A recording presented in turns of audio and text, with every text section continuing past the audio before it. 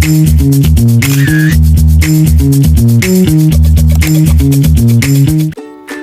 teman-teman semua, perkenalkan nama saya Amanda Karina Berginting, NIM saya 243302621005. Di sini saya akan menjelaskan tentang gizi seimbang untuk kesuburan atau masa prakonsepsi.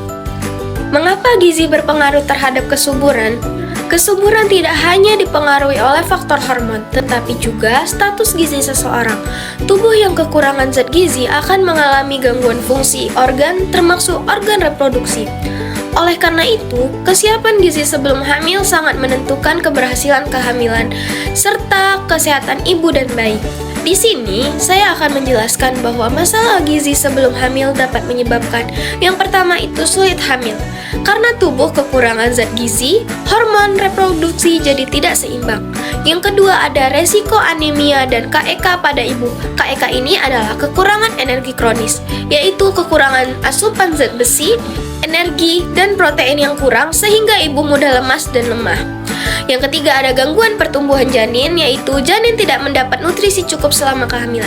Yang keempat ada bayi lahir dengan berat badan rendah atau BBLR yang mengakibatkan nutrisi ibu yang kurang sejak sebelum dan selama hamil. Yang keempat ada resiko sunting di masa depan. Pertumbuhan anak terhambat karena kekurangan gizi sejak dalam kandungan. Karena itu, pemenuhan gizi harus dimulai sejak masa prakonsepsi, bukan hanya saat sudah hamil.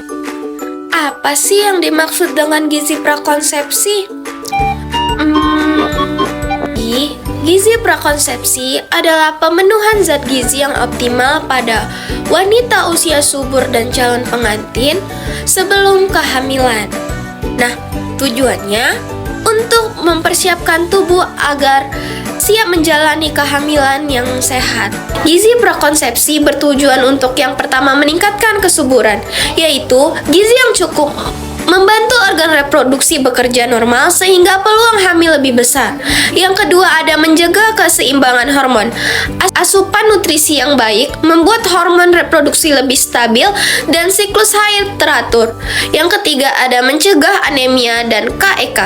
Tubuh mendapat cukup zat besi, energi, dan protein sehingga ibu tidak lemas dan kurus.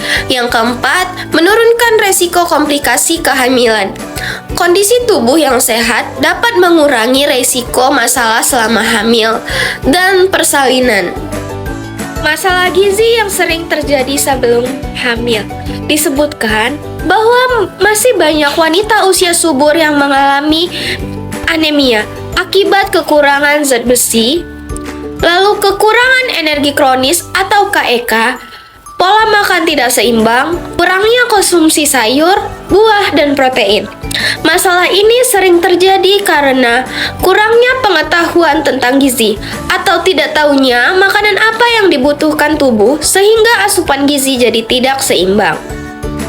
Selanjutnya, pola makan tidak teratur, sering telat makan atau melewatkan waktu makan membuat tubuh kekurangan energi dan nutrisi.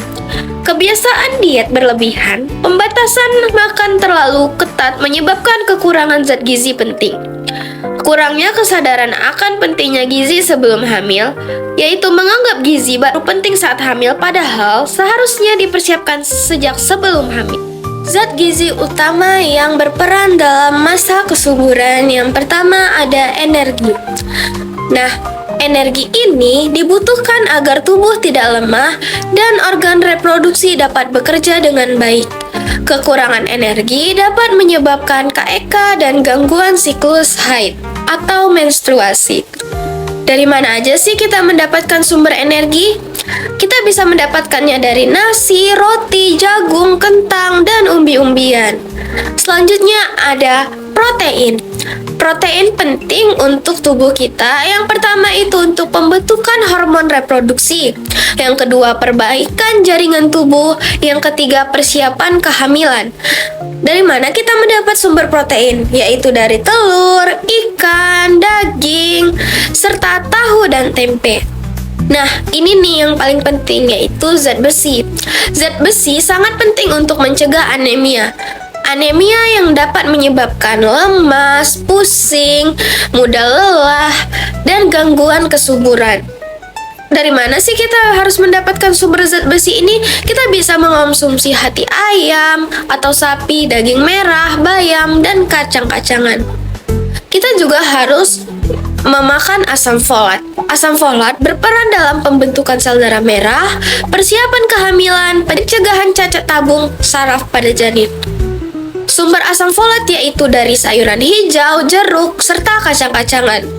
Ada vitamin dan mineral lainnya seperti vitamin A, C, D, dan kalsium, dan zinc juga penting untuk menjaga daya tahan tubuh, mendukung fungsi hormon, menjaga kesehatan organ reproduksi.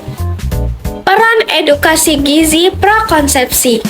Nah, sekarang kita akan membahas apa aja sih peran edukasi gizi prakonsepsi ini. Nah, edukasi gizi ini sangat berpengaruh terhadap peningkatan pengetahuan calon pengantin. Setelah diberikan edukasi, pengetahuan tentang gizi meningkat signifikan. Calon ibu jadi lebih paham jenis dan jumlah makanan yang dibutuhkan tubuh. Selanjutnya, kesadaran akan pentingnya makanan seimbang yang meningkat. Mulai memperhatikan pola makan sehat dan bergizi. Dan selanjutnya, calon ibu lebih siap secara fisik dan mental. Tubuhnya lebih sehat dan mental lebih siap untuk menghadapi kehamilan yang akan tiba. Artinya, edukasi gizi membuat calon ibu lebih siap hamil secara menyeluruh. Edukasi gizi dapat menjadi upaya pencegahan masalah kehamilan sejak dini. Selanjutnya ada hubungan gizi prakonsepsi dengan pencegahannya stunting. Status gizi ibu sebelum hamil sangat mempengaruhi kondisi janin. Jika ibu mengalami anemia atau KEK sebelum hamil, maka resiko stunting pada anak akan meningkat. Dengan gizi prakonsepsi yang baik ini, pertumbuhan janin lebih optimal, janin mendapat nutrisi yang cukup sehingga tumbuh dan berkembang dengan baik. Selanjutnya, resiko bayi lahir kecil berkurang. Kebutuhan gizi ibu terpenuhi sehingga berat badan bayi lahir normal saat lahir. Selanjutnya, kesehatan ibu dan anak lebih terjamin. Ibu lebih kuat dan sehat, bayi juga lahir dalam kondisi lebih baik. Nah, di sini kesimpulan dari video yang sudah saya jelaskan yaitu intinya gizi seimbang sebelum hamil itu sangat penting untuk meningkatkan kesuburan dan mencegah masalah kehamilan. Pemenuhan zat gizi seperti energi, protein, zat besi, dan asam folat harus diperhatikan sejak masa prakonsepsi. Edukasi gizi berperan besar dalam meningkatkan pengetahuan dan kesiapan calon ibu untuk menjalani kehamilan yang sehat. Thank you guys. Sehat-sehat kalian dan jaga diri kalian. Dan ingat guys, kalian sudah melalui banyak rasa sakit. Kalian kuat, kalian bisa lalui lebih banyak rasa sakit itu. Karena sekali lagi guys, gue bilang ke kalian guys, Tuhan gak akan memberikan cobaan yang tidak disanggupi oleh hambanya guys. Semua yang kalian lalui itu guys sudah sejalan Tuhan. Dan Tuhan tahu kalian bisa melalui itu ya. Sekian video dari saya. Sekian, terima kasih. Assalamualaikum. Dadah.